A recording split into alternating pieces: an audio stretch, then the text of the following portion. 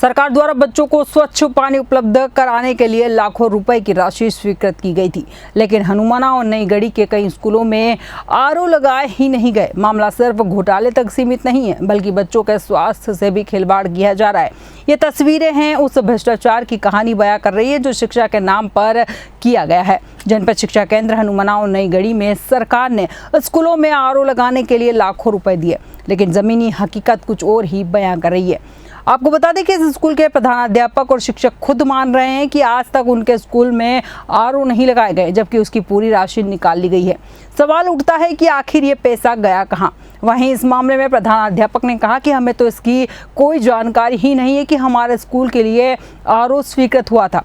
आज तक कोई आरओ नहीं लगाया गया है। घोटाला यहीं नहीं रुका, बल्कि आरओ की कीमतों में भी बड़ा खेल किया गया।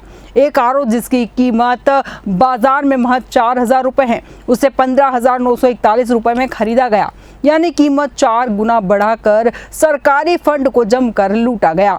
सूत्रों के मुताबिक इस घोटाले में हनुमाना बीआरसी देवेंद्र कुमार मिश्रा और नई गढ़ी बीआरसी धर्मेंद्र मिश्रा की संलिप्तता पाई जा रही है।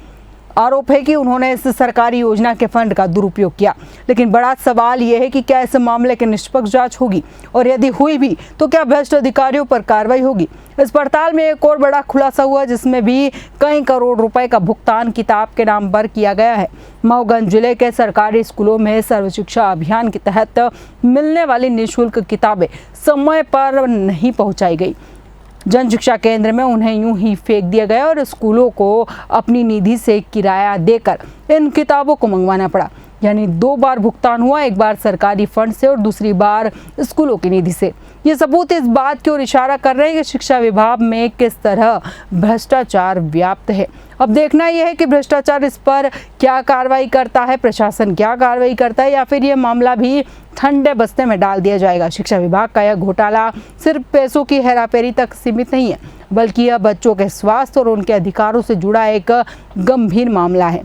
सवाल ये भी है कि क्या दोषियों पर कार्रवाई होगी या फिर भ्रष्टाचार का यह खेल यूं ही चलता रहेगा। आरओ तो नहीं लगाए थे हमारे स्कूल नहीं लगा जी। कब से आप यहाँ पर?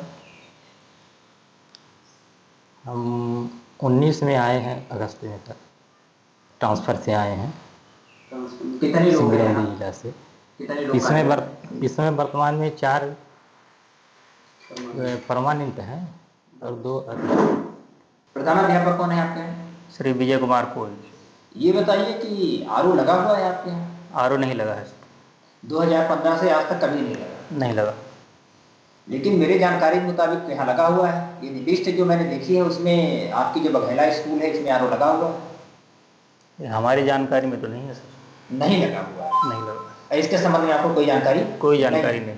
एक जानकारी मैं आपसे और लेना चाहता हूँ जी कि आप लोग ये जो बच्चों के लिए किताब आई ये कहाँ से लाए? हम लोग यहाँ जन शिक्षा केंद्र से ले आए हैं, रमकुड़वा से। जन शिक्षा केंद्र से लाए? जी हाँ। रमकुड़वा से लाए? जी हाँ। लेकिन नियम तो ये था कि जो किताब का वेंडर था वो आपको किताब स्कूल तक पहुंचाएगा। अब इसके बारे में सर हम नियम के बारे में जानकारी नहीं है मुझे। ठीक है, उसके संबंध में हमारे पास अभी तक कोई जानकारी नहीं है। अभी पूर्व बीआरसी द्वारा हमें कोई प्रभार दिया नहीं गया है। जब से हम आए हैं तो जो नए काम आ रहे हैं वो मैं कर रहा हूँ। जब आपको प्रभार नहीं दिया गया, और जो हमारे अंडर में कर्मचारी हैं वो काम कर रहे हैं तो उनके द्वारा आज तक नहीं बताया गया कि हमारे पास इसका प्रभार है। मतलब इसके संबंध में आपको कोई जानकारी? पूर्व बीआरसी प्रमोद कुमार पांडे।